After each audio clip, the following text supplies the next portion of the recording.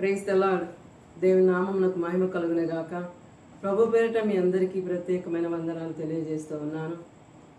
దేవుని కృపను బట్టి, ఆయన సంకల్పాన్ని బట్టి ఈ దినాన మరి ఒక్కసారి మీ ముందు ఈ రీతిగా వాక్యాన్ని పంచుకోవడానికి దేవుడు చూపిన కృపను బట్టి నేను ఎంతగానో సంతోషిస్తూ ఉన్నాను. దేవునికి స్తోత్రం కలుగునే గాక. ప్రతి సండే కానీ ప్రతి వారంలో అనేక సార్లు మనం దేవాలయానికి వెళ్తూ ఉంటాం. దేవుని దగ్గరికి వెళ్ళేటప్పుడు మనం ఏ రీతిగా వెళుతూ ఉంటాం? విశ్వాసంతో వెళ్తూ ఉంటాం. దేవుని సన్నిధికి మనం వెళ్ళాలనుకున్నప్పుడు మనలో ఫస్ట్ కలగాల్సింది నమ్మకము, విశ్వాసము. అవి రెండూ లేకుండా దేవుని సన్నిధికి వెళ్ళిన ప్రయోజనం ఉండదు కదా. దేవుని వద్దకు వెళ్ళేటప్పుడు ఆయన సన్నిధికి వెళ్ళాలి, నేను ఆయన స్తుతించాలి, ఆయన సన్నిధిలో సమాధానం ఉన్నది, ఆయన సన్నిధిలో గొప్ప విశ్రాంతి ఉన్నది, నెమ్మది ఉన్నదని ఆలోచనతో కొంత సమయము దేవుని సన్నిధిలో గడపాలనే ఆశతో వెళ్తూ ఉంటాం. అలా జరిగినప్పుడు దేవుడు మనం ఆలకించడానికి అవకాశం ఉంటుంది. ఎందుకంటే ఏకాంతముగా, వ్యక్తిగతముగా మన హృదయంలో ఉన్నటువంటి సమస్తము ఆయన సన్నిధిలో మాత్రమే కుమ్మరించుకోగలం. ఇంటి దగ్గర మనం ఎవరికి చెప్పుకున్నా, మన ఇరుగు పొరుగు వారికి చెప్పుకున్నా వారు విని మనకి కొంతమంది చెప్తారు. కానీ మనం దేవుని సన్నిధికి వెళ్ళినప్పుడు దేవుని సన్నిధిలో మనం ఎవరితో మాట్లాడతామంటే రహస్యమందు చూసి తండ్రితో మనం మాట్లాడతాం. అవునా కదా? రహస్యమందు చూసి తండ్రితో మనం మాట్లాడేటప్పుడు ఆయనకి మనకు మాత్రమే ఆ సంభాషణ వినబడుతూ ఉంటుంది. ఆ సంభాషణ మనం చేసేటప్పుడు నా బిడ్డలు నా దగ్గరకు వచ్చారని దేవుడు ఎంతగానో సంతోషించి మనం ఆలకించి జవాబు ఇవ్వటానికి ఆయన సిద్ధంగా ఉంటాడు. దేవునికి స్తోత్రం కలుగును గాక. హెబ్రీ పత్రికలో చెప్పబడినట్లుగా 11వ అధ్యాయం 6వ వచనంలో విశ్వాసం లేకుండా దేవునికి ఇష్టడై ఉండుట అసాధ్యము. దేవుని వద్దకు వచ్చేవాడు ఆయన ఉన్నాడని, తను వెదుకు వారికి ఫలము దయచేవాడు అని నమ్మవలేను కదా. అవును కదా? దేవుని వద్దకు వచ్చేటప్పుడు మనం ఏదైతే దేవుని సన్నిధిలో అడుగుతామో మనం పొందుకుంటాము అనే నమ్మకం మనం కలిగినప్పుడు అది మనం పొందుకోగలం. ఏమో దేవుడు సహాయం చేస్తాడో లేదో, ఈ దినాన నా ప్రార్థనకు జవాబు వస్తుందో లేదో అనే అనుమానము మనలో కలిగినప్పుడు ఆ ప్రార్థనకు జవాబు ఎంత మాత్రము పొందుకోలేము. అలాగే వినుట వలన విశ్వాసం కలుగును, వినుట క్రీస్తుని కూర్చున్న మాట వలన విశ్వాసం కలుగునని రోమపత్రిక 10వ అధ్యాయం 17వ వచనంలో రాయబడి ఉన్నది. వినుట వలన విశ్వాసం కలుగును, వినుట క్రీస్తుని కూర్చున్న మాట. విశ్వాసం అనేది దేని ద్వారా కలుగుతుంది? వినుట వలన. ఏమి వినుట వలన? క్రీస్తుని గుర్చిన మాట వినుట వలన మనకి విశ్వాసం కలుగుతుంది. ఆయన సన్నిధికి వెళ్తే ఆయన వాక్యం మనం వినగలుగుతాం, ఆయన వాక్యమును మనం ధ్యానించగలుగుతాం. దాని ద్వారా మనలో ఏమవుతుందంటే విశ్వాసం అంతకంతకు బలపడుతూ ఉంటుంది. దేవునికి మహిమ కలుగునే గాక. హెబ్రీ పత్రిక 11వ అధ్యాయం 1వ వచనంలో రాయబడినట్లుగా విశ్వాసం అన్నది నిరీక్షింపబడి వాటి యొక్క నిజ స్వరూపమును అదృశ్యమైనవి ఉన్నవనటకు రుజువునై ఉన్నది. దేవునికి మహిమ కలుగును గాక. అసలు విశ్వాసం అంటే ఏమిటి? విశ్వాసం అనేది నిరీక్షింపబడి వాటి యొక్క నిజ స్వరూపము అదృశ్యమైనవి ఉన్నవనటకు రుజువునై ఉన్నది. మనము దేనికోసం నిరీక్షణతో ఎదురు చూస్తామో దానిని పొందుకుంటాం. ఆ నిరీక్షణ మనకు ఉన్నప్పుడు మాత్రమే, ఆ విశ్వాసంతో మనం అడిగినప్పుడు మాత్రమే మనం అడిగిన దానికి ప్రతిఫలము, జవాబు అనేది పొందుకోగలం. ఒక విషయం గురించి మనం దేవుని సన్నిధిలో మొరపెట్టుకోవడానికి వచ్చినప్పుడు అది మనం చూస్తూ, దానిని మనం చూస్తూ, దృశ్య రూపంలో మనల్ని దాన్ని చూస్తూ మనకి నమ్మకముగా ఆయనను మాకు సహాయం చేస్తాడని అదృశ్యముగా ఉన్నటువంటి వాటిని నిజ రూపంలో మనం చూసి దేవుని సన్నిధిలో మొరపెడుతున్నప్పుడు మనం పొందుకోగలం. దేవునికి మహిమ కలుగును గాక. అది విశ్వాసము. విశ్వాసము మనం కలిగి ఉన్నప్పుడు, విశ్వాసంతో మనం దేవుని సన్నిధిలో ప్రార్థించినప్పుడు, ప్రార్థన విశ్వాసం రెండు కూడా కలిసి ఆయన సన్నిధిలో మనం గడిపినప్పుడు హృదయాంతరంగంలో నుండి మన స్తుతి దేవుని సన్నిధికి వెళుతూ ఉంది కనుక దానికి ఆయన జవాబు ఇవ్వటానికి ఎల్లప్పుడూ సిద్ధంగా ఉన్నాడు. దేవునికి మహిమ కలుగును గాక. మన పితరుడైనటువంటి అబ్రహామును మనం జ్ఞాపకం చేసుకున్నట్లయితే దేవుడు కూడా వాక్యములు ఏమని తెలియజేస్తున్నాడంటే, నీ పితరుడైన అబ్రహాం గురించి ఆలోచన చేశారా? నీ పితరులైన శారాను గురించి ఆలోచన చేశారా? వాళ్ళని మనకు ఒక మాదిరిగా దేవుడు ఉంచి ఉన్నాడు. ఎందుకంటే ఆయన మనలను ఒక మాదిరిగా ఆయన ఉంచి ఉన్నాడు. దేవునికి మహిమ కలుగును గాక. దేవునికి స్తోత్రం కలుగును గాక.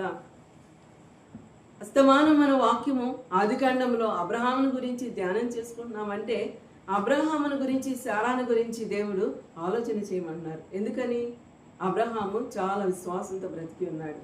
దేవుడు అన్నాడు, నీవును నీ ఇంటి వారును విడిచిపెట్టి, నీవు నీ ఇంటి వారిని, నీ బంధువులను, నీ ఉన్న సమస్తాన్ని విడిచిపెట్టి బయలుదేరమన్నప్పుడు ఆ స్వరం విన్నాడు. ఆ వాక్కు అబ్రహాం దగ్గరకు వచ్చింది. ఆ వాక్కును గైకున్నాడు, స్వీకరించాడు. దేవుడు చెప్పిన మాట, దేవుడు ఏదో చేయబోతున్నాడు, ఆయన ఎవరో నాతో మాట్లాడుతున్నాడు. అబ్రహాముకు దేవుని గురించి అసలు తెలియదు, కానీ విశ్వసించాడు. ఏదో స్వరం నాకు వినపడుతుంది, వాక్కు నాకు వినపడుతుంది, నేను దాన్ని అంగీకరించినట్లయితే నాకేదో మేలు జరుగుతుంది. అదే నమ్మకంతో ఆయన ఇంటిని విడిచిపెట్టి బయటకు వచ్చేసాడు. కానీ ఎక్కడికి వెళ్ళాలో తెలియదు, ఎక్కడ నివసించాలో కూడా తెలియదు. అది గొప్ప విశ్వాసం అన్నమాట. అబ్రహాము శారాలో ఇద్దరిలో కూడా మంచి విశ్వాసాన్ని మనం చూడగలుగుతాం. నిరీక్షణతో ఎదురు చూశారు వాళ్ళు.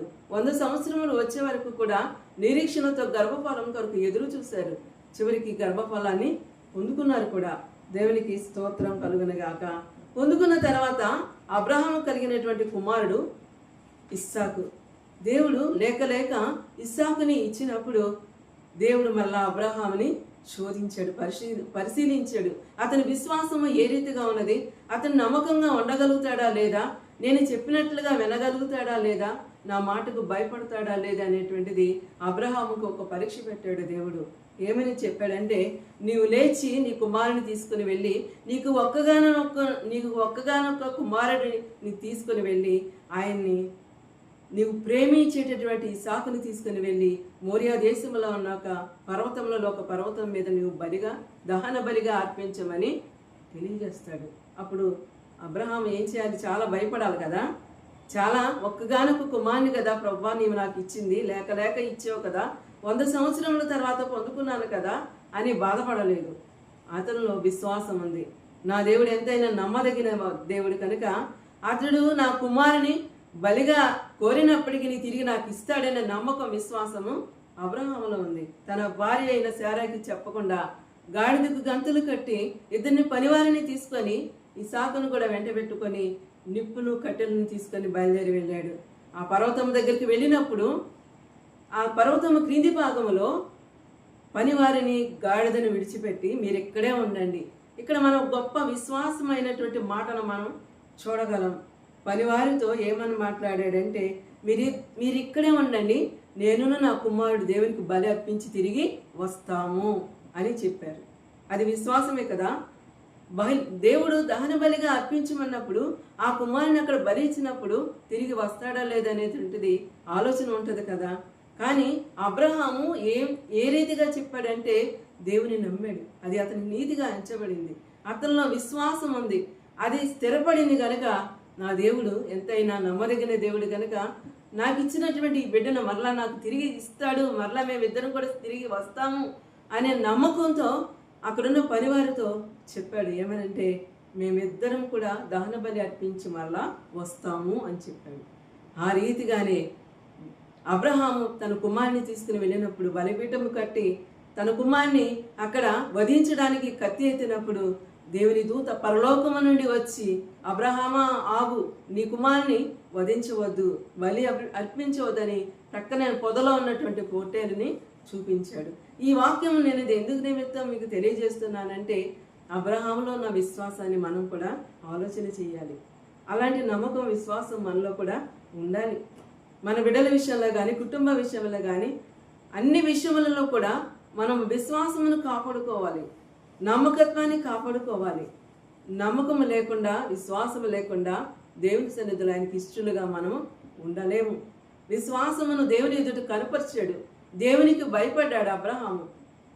నీవు నాకు భయపడుతున్నావని నేను తెలుసుకున్నాను గనుక నీ కుమారుని నేను బలి అర్పించకుండా ప్రక్కనే పొదలో ఉన్న పొట్టేళ్లను తీసుకుని వెళ్ళి బలి అర్పించుకున్నప్పుడు బలి అర్పించి ఇస్సాకుని వెంట పెట్టుకొని అబ్రహాము తిరిగి తన పనివారి దగ్గరకు వచ్చి అందరూ కూడా కలిసి తిరిగి వెళ్ళిపోయారని ఇక్కడ వాక్యం తెలియజేస్తోంది.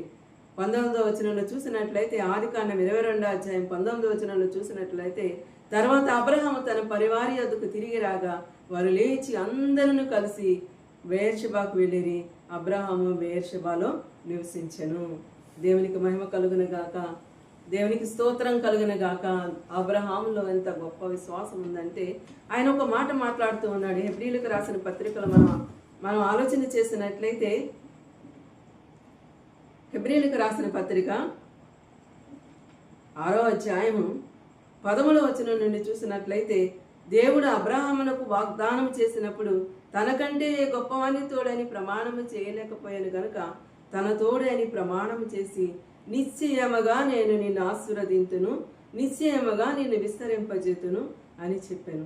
ఆ మాట నమ్మి అతడు ఓర్పుతో సహించి ఆ వాగ్దాన ఫలము పొందెను. దేవునికి స్తోత్రం కలుగును గాక. పొందుకున్నాడా లేదండి? తనకు ఏ రీతిగా విశ్వాసంతో దేవుని సన్నిధిలో ఉన్నాడో ఆ వాగ్దాన ఫలాన్ని పొందుకున్నాడు. ఎప్పుడైతే దేవునికి భయపడ్డాడో దేవుడు కూడా, నీవు నా ఎడల భయం కలిగి ఉన్నావని, విశ్వాసం కలిగి ఉన్నావని నేను చూసి అన్నాను కనుక నిశ్చయముగా నేను నిన్ను విస్తరింపచేసేదను, నిన్ను ఆశీర్వదించేదనని వాగ్దానం చేసి ఉన్నాడు. ఆ వాగ్దానాన్ని కూడా అబ్రహాము ఓర్పుతో సహించి వాగ్దాన ఫలమును పొందుకొని ఉన్నాడు. దేవునికి మహిమ కలుగును గాక. ఈ దినాన మనం అనేక సమస్యలతో దేవుని సన్నిధికి వస్తూ ఉంటాం.